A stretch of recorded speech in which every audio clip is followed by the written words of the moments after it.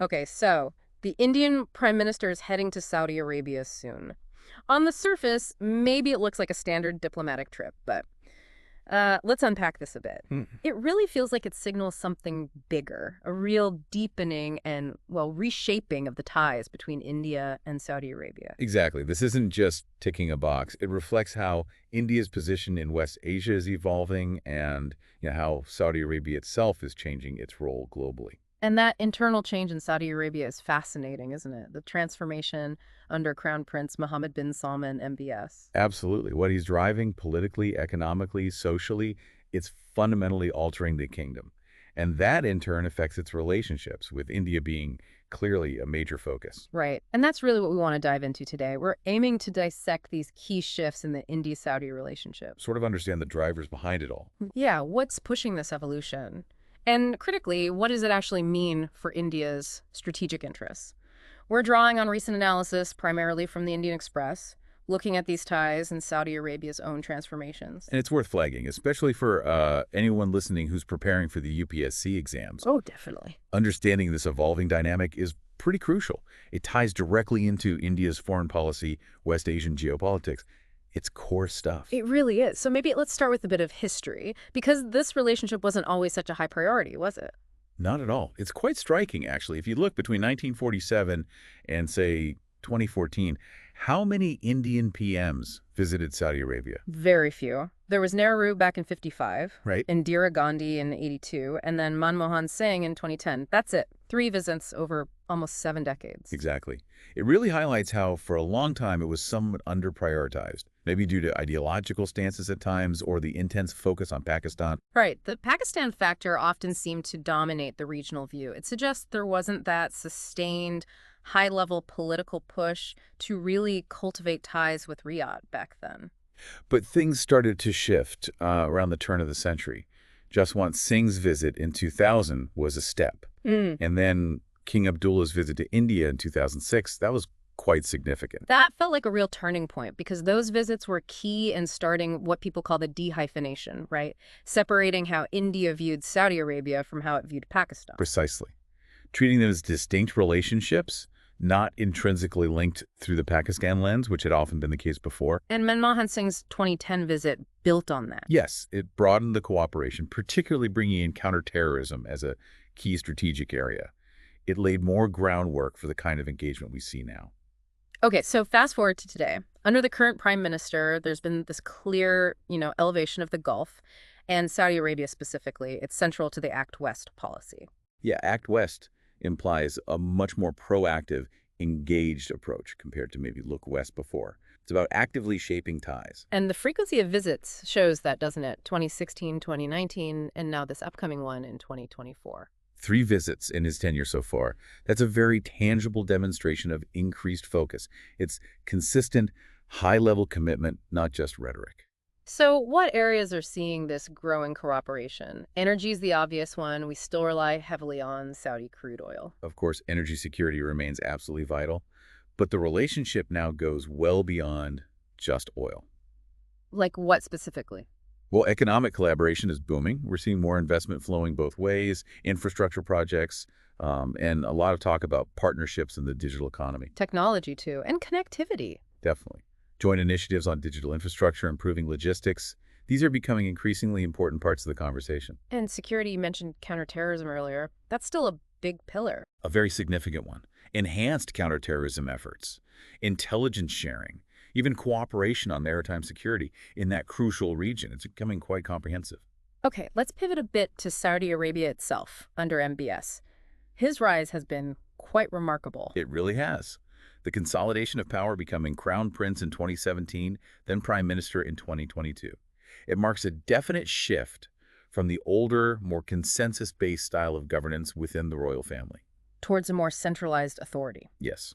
And proponents would say this brings more administrative efficiency, makes it easier to push through big reforms decisively. But there are concerns too, right, about authoritarian tendencies. That's certainly part of the discussion internationally. It's a complex picture. That centralization of power alongside the reform drive, something India, like other countries, has to navigate. And central to his agenda is Vision 2030. Can you break that down a bit? Sure. Vision 2030, launched back in 2016, is essentially Saudi Arabia's master plan to diversify its economy away from oil dependence. It's about preparing for a post-oil future. A massive undertaking. What are the key focus areas? Several big ones. Tourism is huge. Think of those ambitious projects like Neoma that get a lot of headlines. Right, the futuristic city. Exactly. Then there's a major push into technology and innovation as new growth engines, developing entertainment industries, cinemas, concerts, things that were unthinkable not long ago. And renewable energy, too, I believe. Yes, significant investments there as well. And underpinning a lot of this financially was the strategic move to partially privatize Saudi Aramco, the state oil giant. To attract foreign investment. Precisely, to bring in capital and expertise needed for this huge transformation. It's all interconnected. Alongside the economic changes, there have been some really notable social reforms, too, things that caught many people by surprise. Absolutely. The expansion of women's rights has been significant. The right to drive, of course, but also much greater participation in the workforce. And the whole entertainment scene opening up. Yes, cinemas, concerts, promoting tourism. It's dramatically changed the social fabric, the public sphere in the kingdom. There's also talk about promoting a more moderate Islam. What's the significance of that? Well, it's seen as important both internally for social cohesion and externally. Yeah. It links to global counter-extremism efforts and aims to reposition Saudi Arabia's religious identity towards, greater tolerance and coexistence. So this internal transformation seems mirrored in their foreign policy as well, a shift there too. Definitely. We've seen Saudi Arabia become more assertive, more pragmatic, moving away from perhaps being seen as overly reliant on traditional allies, particularly the U.S., towards more multi-alignment. Right. We saw some assertive actions earlier, Yemen, the Qatar blockade, the strong stance against Iran.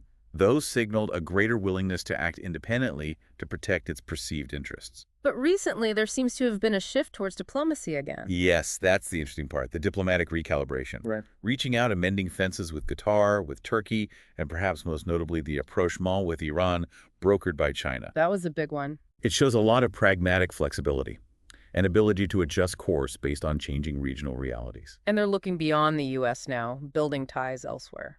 Clearly. Stronger connections with China, with Russia, engaging more with the global south. Joining the expanded BRICS group is a very visible sign of that broadening horizon. They seem to be playing a more active role in global diplomacy, too. Yes, stepping up in mediation efforts, like in the Ukraine crisis, facilitating dialogue between, say, the U.S. and Russia on certain issues. It shows an ambition to be a more independent player on the world stage. What about the whole issue with Israel? Normalization talks. That remains very complex. Saudi Arabia has laid out its conditions linking normalization firmly to progress on a two-state solution for the Palestinians. It's a delicate balancing act, given the regional sensitivities. Okay, so if we bring this back to India, looking at PM Modi's leadership since 2014 and MBS's rise around the same time, do you see parallels in their approaches? It's interesting, isn't it? You could argue there are similarities, both often described as assertive, pragmatic leaders. Focused on national interests. Yes, a strong focus on interest-based diplomacy, driving domestic modernization agendas, and trying to enhance their respective nations' global standing. There's a certain resonance there, perhaps. And does that translate into actual strategic alignment between India and Saudi Arabia? I think it does. There seems to be a shared approach based on non-ideological pragmatism in foreign policy. Both countries are focused on their ambitious economic transformations at home. And both seem keen to play a larger role regionally and globally. Exactly. That mutual drive towards greater regional leadership and expanded global engagement provides a really solid foundation for the relationship to deepen further. So this upcoming visit really does underscore that strengthening partnership. It feels less like starting something new and more like cementing something that's already well underway, rooted in these shared interests. Absolutely. And Saudi Arabia's own changes, the reforms under Vision 2030, the foreign policy shifts, they're creating tangible new opportunities for India. Energy security, of course, remains key, ensuring that long-term stability. Crucial. But also, think about the huge Indian diaspora in Saudi Arabia. Their welfare is always a major consideration, a vital human link. And the economic side, investment, trade. Huge potential there. Expanding cooperation, particularly tapping into those new sectors. Saudi Arabia is developing tech, renewables, tourism, infrastructure. There's a lot for India to engage with. And ultimately, this closer relationship boosts India's own standing in West Asia, doesn't it? It significantly enhances India's geopolitical influence in a region that's absolutely vital for our economic health and security. It allows India to be a more active, more influential player there. So maybe a final thought, especially for our listeners tracking current events, particularly for UPSC. Mhm. How might this evolving India-Saudi dynamic, considering everything we've discussed, their internal changes, their shifting foreign policies, how might it actually reshape the wider geopolitical map of Asia and the Middle East in the years ahead? That's the big question to ponder, isn't it? It goes beyond just the bilateral. It has potential ripple effects across the region and beyond. Definitely something to keep a close eye on. Absolutely. And understanding these shifts is, as we said, so important for grasping contemporary international relations. If you found this deep dive useful, please do like, subscribe, and feel free to drop any questions or comments below. We'd love to hear from you. And again, our discussion today drew heavily from analysis in the Indian Express.